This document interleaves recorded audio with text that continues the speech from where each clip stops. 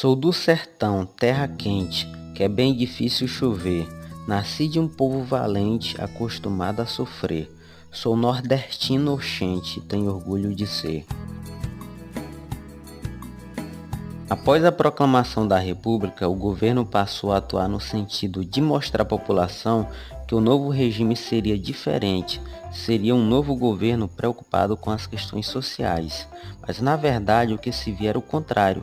No interior do Brasil, sobretudo no sertão, muitas pessoas ainda viviam sobre os aspectos de uma escravidão disfarçada. Os coronéis mandavam e desmandavam em suas cidades. Restava à população apenas recorrer ao divino ou ao enviado dele. No Ceará, em Quixeramobim, nasce Antônio Vicente Mendes Maciel, filho de um comerciante. Era um homem instruído que sabia ler e escrever, tinha conhecimento de matemática, geografia e latim. Aos 6 anos perde a mãe e aos 27 perde o pai. Tendo que sustentar as 4 irmãs, ele começou a dar aulas numa fazenda da região e também trabalhou em um cartório onde exercia várias funções. Casou-se muito cedo e sofreu uma desilusão amorosa, pois foi traído pela mulher que fugiu com outro homem. Transtornado pela humilhação, começou a perambular sem destino certo pelo interior do Ceará e de outros estados do Nordeste. Para sobreviver, trabalhou como pedreiro e construtor, ofício aprendido com o pai. Restaurava e construía capelas, igrejas e cemitérios. Nesse período, o padre José Maria Antônio Biapina, considerado um dos maiores evangelizadores do sertão, peregrinava pelo Nordeste e acabou influenciando Antônio Vicente Mendes Maciel. Ele passou a ler os evangelhos e a divulgá-los entre o povo humilde, ouvindo também os problemas das pessoas e procurando consolá-las com mensagens religiosas. Devido aos conselhos, tornou-se conhecido como Antônio Conselheiro. Como a miséria era muito grande, as palavras de Antônio Conselheiro rapidamente conquistaram os sertanejos, que passaram a segui-lo pelo sertão afora. Ao percorrer as cidades do interior, consertava as igrejas. Os padres gostavam disso, mas começaram a ficar preocupados quando viram seus fiéis abandonando suas paróquias. Os membros do clero, juntamente com os coronéis, passaram a perseguir Antônio Conselheiro.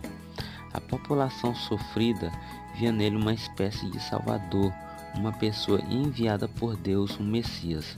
Por essa razão, caracterizamos o movimento de Canudos como messiânicos. Em suas pregações, Antônio Conselheiro condenava a República como contrária às leis de Deus, por ter instituído a separação entre Igreja e Estado. É justo que os brasileiros não respeitem as leis da República. Quem tirou Dom Pedro do trono, lhe negando o direito divino de reinar sobre o Brasil, foi o anticristo da República. Saiu Dom Pedro II para o Reino de Lisboa. Acabou-se a monarquia, o Brasil ficou à toa. Garantidos pela lei, aqueles malvados estão. Nós temos a lei de Deus e eles têm a lei do cão. As andanças de Antônio Conselheiro o levaram à região de Canudos, que ficava às margens do rio Vaza Barris, na Bahia, por volta de 1893. Como a sobrevivência na região era difícil, essas terras estavam abandonadas. Segundo Antônio Conselheiro, era a terra prometida. Aqui, nessa terra de Deus, eu fundo nosso Império do Belo Monte. Canudos era uma comunidade religiosa que possuía regras e costumes sociais rígidos. Todos os dias os moradores eram obrigados a parar suas atividades para agradecer a Deus e ao beato Antônio Conselheiro por aquele pedaço de chão. Como a miséria era muito grande no sertão nordestino, logo a notícia se espalhou de que havia um beato ajudando as pessoas. Aos poucos o lugarejo foi crescendo e se transformou em uma comunidade com aproximadamente 20.000 moradores. Os governantes do Brasil daquele período estavam preocupados com a repercussão do movimento, uma vez que a República tinha sido recém-implantada. Canudos se tornou uma ameaça ao regime republicano. Vale frisar que aqueles homens e mulheres não estavam preocupados com o regime de governo, mas com a própria sobrevivência, pois o Estado brasileiro havia marginalizado aquelas pessoas. Ao todo foram enviadas 4 expedições militares para destruir a cidade. Entretanto, somente a última conseguiu acabar com o Arraial de Canudos. Os camponeses derrotaram 3 expedições, pois combatiam com a vantagem de conhecer a região. Além disso, todos lutavam para sobreviver por uma causa. Acreditava de fato que era uma luta do bem contra o mal, uma verdadeira guerra santa.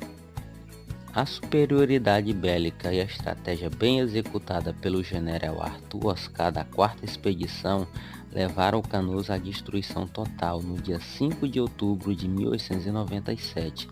A cidade, sem forças para resistir, acabou destruída. Antônio Conselheiro havia morrido antes do final do conflito, mas teve o seu corpo exumado e a sua cabeça foi cortada e levada para Salvador, servindo de troféu para a República. Euclides da Cunha, correspondente do jornal A Província de São Paulo, hoje o Estado de São Paulo, relatou a Guerra de Canudos no seu célebre livro Os Sertões. Essa obra serviu para denunciar as atrocidades cometidas pelo Exército Brasileiro na repressão ao movimento de Canudos.